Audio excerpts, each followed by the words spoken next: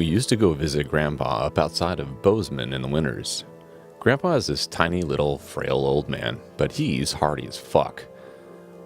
He used to take us snowshoeing up in the mountains and carry most of the gear in this sled he pulled behind him. It was cold up there. Your snot would be frozen before it left your nose. The times he did convince us to go out, we ended up staying in ice caves that Grandpa had carved in snowbanks earlier in the winter. It got dark really early, and then, of course, no campfires because there's ice and snow everywhere. One year, we're out there camping with Grandpa, and he's really on edge the whole trip. I don't ask him why, because we're stupid kids and don't think it matters. He had random outbursts this time, yelling at us for not tying a knot right, yelling at us for not keeping up with his insane pace. We stopped hiking at about 2 p.m. in the afternoon. Night follows in for another 3.5 hours. My brother and I exchange a silent, "What the fuck" look. We look around for Grandpa's ice cave, but there isn't one. "Hey, Grandpa, where are we camping?" I ask. We realize Grandpa is nowhere to be found. We can't find his footprints either, which is strange because snowshoes leave enormous footprints that you can't miss. We backtrack and refollow the trail to where we were earlier. The footprints just end right where me and my brother were when Grandpa told us to stop for the day. After a lot of deliberation, we decide to head back, following our tracks back to the main road, where we will somehow flag down a car and get help to find our Grandpa. We hike about an hour back the way we came. Suddenly a voice yells, "Where the hell have you kids been?" It's Granddad, and he is pissed. He says he was hiking along until he turned around to say something to us and we weren't there. He said our footprints just ended about 100 paces back from where he was when he realized we were gone. We tell him something similar happened to us, and we just got back from 2 miles ahead of where we're at now. That's when he stopped talking and his expression changed. He seems to have switched into a wild, animal, hyper-alert mode.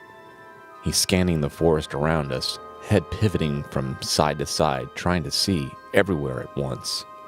My brother gets freaked out and starts crying. Grandpa won't respond when we ask him what's wrong. He ignores us and is muttering to himself incoherently, still intently scanning around us. After what seems like forever, Grandpa starts moving again. He simply says, "Follow me," and we comply. We're too scared to argue, but he's going in a different direction, not where we came from and not where we were originally headed. We're all hiking close together, literally stepping on each other's feet. We're all holding ski poles to keep us steady as we're walking, but from the way Grandpa was acting, I'd swear he'd have made us all hold hands if it was possible. Eventually, we merge into a clearing. I recognize it's a lake, but you'd never know it as in the middle of winter everything is frozen solid, including the surface of the lake. We get out on the ice and walk all the way to the middle of the lake before we stop. Grandpa tells us to get out our parkas as we're going to be staying a while. I ask him what's happening, but he doesn't answer me as he rifles through his pack. He pulls out a pair of binoculars and starts to scan the shoreline. It's a pretty huge lake, so without binoculars, neither me or my brother could really see anything besides little distant trees on the shore. Grandpa puts the binoculars down and unpacks a fairly large caliber revolver and a holster for it and straps it on his hip. He picks up the binoculars again and points them in the same direction he was looking at a minute ago. My brother and I both look in that direction. I can barely see something moving around. No, a couple of things, all of various sizes. They're all hanging around the bank of the lake. None of them seem to leave the thick brush surrounding the lake or attempt to venture out onto the ice. After a few minutes, Grandpa silently hands me the binoculars. When I look at the movement on the shore, I almost shit my pants. There are 3 animals. 2 of them are what I can only assume are wolves. Maybe coyotes, although I don't think so as the bodies are too long, almost snake-like. The 3rd animal is some sort of all-white thing standing on 2 legs. The more I look at it, the stranger it seems. At first I took it to be a bear, standing there on its hind legs. Then it starts walking around, pacing around really, and the legs are too long and slender to be a bear's. I sit down on the ice, lean up against my backpack, and get a more steady grip on the binoculars. I slowly realize that whatever it is has the approximate build of a human, but the head is clearly not a human head. It's some sort of animal, but I just can't place it. "Grandpa, what the hell am I looking at?" I ask the old man. My brother snatches the binoculars away, and when he sees it, he labels it Bear Man and wants to take a few shots at it. Grandpa says Indians used to dress up in animal furs in order to blend in with the animals they were hunting. I feel slightly less nervous as I start thinking about how it's just an Indian in a bearskin, and he's got 2 dogs that only look like wolves. For some reason, they're following us and are afraid of the ice. That's when I start getting even more nervous, because that's about 100 times weirder than a bear man. It's starting to get dark, and we're still out there on the ice. We're all watching the Indian, bear man, whatever the fuck it is, and his dogs or wolves slowly wandering along the coastline, clearly avoiding the ice, but clearly trying to find a way to get to us somehow. Every once in a while, they'll change direction, as though they're pacing back and forth. In the times I have the binoculars, I see the thing and his dogs or wolves motionless, staring directly at us. Nobody breaks the silence for a long time. When it gets too dark to see anything on the shore, Grandpa relaxes, puts down the binoculars, and starts to make camp as though nothing had happened. We don't have a tent, but we do have sleeping bags and bivy bags to keep the blowing snow off us and the wind off our faces. My brother and I look at Grandpa like he's crazy. He catches our look and states, "We're going to sleep out here." I say, "Well, what about that guy? He's right over there."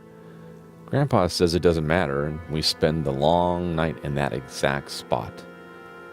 Next morning, we can't locate any animals or bearmen after 45 minutes of scanning the trees around the lake. Grandpa seems to think it's safe enough to head back now, and since he knows these woods so well, we take a different route back to the main road than the one we took to get there. After a mile, he's doubling back, staring at the mountaintops and measuring angles between them with his arms. I'm convinced he's lost. The next moment, several things happen at once. With no warning, a huge moose gallops out of seemingly thin air and almost crushes my brother, managing to push him to the ground. Grandpa collapses for an unknown reason. The 3 of us have formed a triangle, and in the middle is a slender person covered in white fur, like a polar bear's with a bear head or maybe a bear mask, but it looks pretty damn lifelike. The 2 wolves, I'm positive they're wolves now, are circling at a distance. Or, rather, one is circling. I don't see the other one. Bear Man lets loose a scream like you imagine Bigfoot might make when caught in a bear trap. Grandpa half sits up, points the revolver at the thing, and fires off 3 shots in rapid succession. A huge puff of snow, like a silent explosion, turns everything white for a few seconds, blinding everyone. A second moose hurtles through us, and after it's gone and the snow settled down, the bear man is gone too. There's no traces of blood to be found. We can still see the one wolf pretty far away, and it's still circling. We proceed to book it out of the woods, taking the shortest and most direct route off the mountain. I still think Grandpa isn't really sure about where he's going, but nobody gives a shit. We just have to keep moving.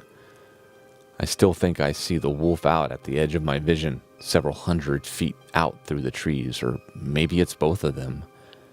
We eventually do get back to Grandpa's car. Turns out he did know where he was going after all. It's covered in fresh snowfall since we left. There's also 10-inch paw prints all over and around it. Our hearts race as we clean off the snow and see that there's dents in the hood, as if hail fell on it, but the dents are in the same spots the paw prints in the snow were. It didn't need to be said that we wanted to get out of there right now. On the drive home, we all swear never to speak of this to Grandma or to my mom. We have to swerve out of the way of a huge roadkill and almost drive off the road as we abruptly stop.